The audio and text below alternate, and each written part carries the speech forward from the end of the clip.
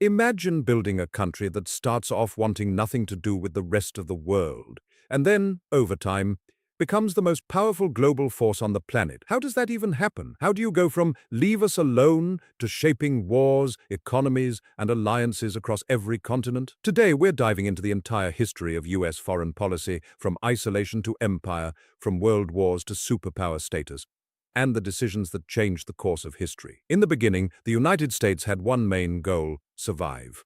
Freshly independent, weak, and surrounded by powerful empires, the country wasn't looking to dominate anyone. It just didn't want to get dragged into Europe's endless wars. Early leaders believed foreign conflicts were like quicksand: step in and you might not get out. So the strategy was simple: avoid alliances, avoid wars, and focus inward. Think of it like a startup company. You don't try to compete globally on day one, you focus on building stability first. For decades, that worked. The US traded with other countries, sure, but politically and militarily, it stayed cautious and distant. As the country grew stronger, its mindset began to shift. Instead of just avoiding the world, the US started drawing lines. The message became, we won't interfere in your affairs, but you stay out of ours.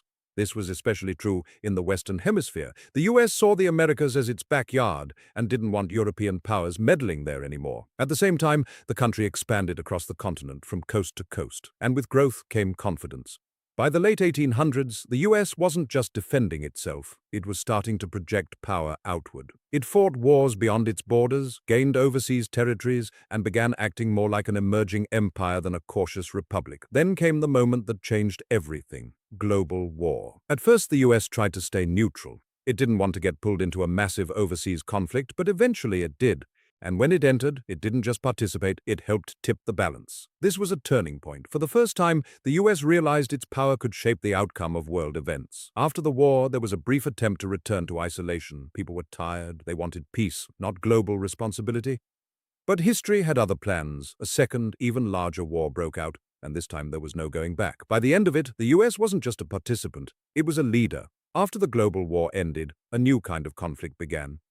Not a direct war, but a massive long-term rivalry. The world split into two camps, each promoting a completely different vision of how society should work. And the US took on a new role, containing the spread of its rivals' influence. This wasn't just about armies, it was about ideas, economics, and alliances. Instead of one big war, there were many smaller ones. Conflicts where the US supported one side and its rival supported another. It became a global chess game. Every move mattered. Every region, Europe, Asia, the Middle East, Latin America, became part of the bigger strategy. And for decades, this tension defined US foreign policy. The goal wasn't just to win battles, it was to win the future. Then, suddenly, the rivalry ended. One side collapsed, and for the first time in modern history, the US stood alone at the top. No equal competitor, no balancing force. This created a new question. What does a superpower do when there's no one left to compete with? The answer wasn't simple. Sometimes the US acted as a global peacekeeper, intervening in conflicts and promoting stability. Other times it faced criticism for overreach, being too involved, too powerful,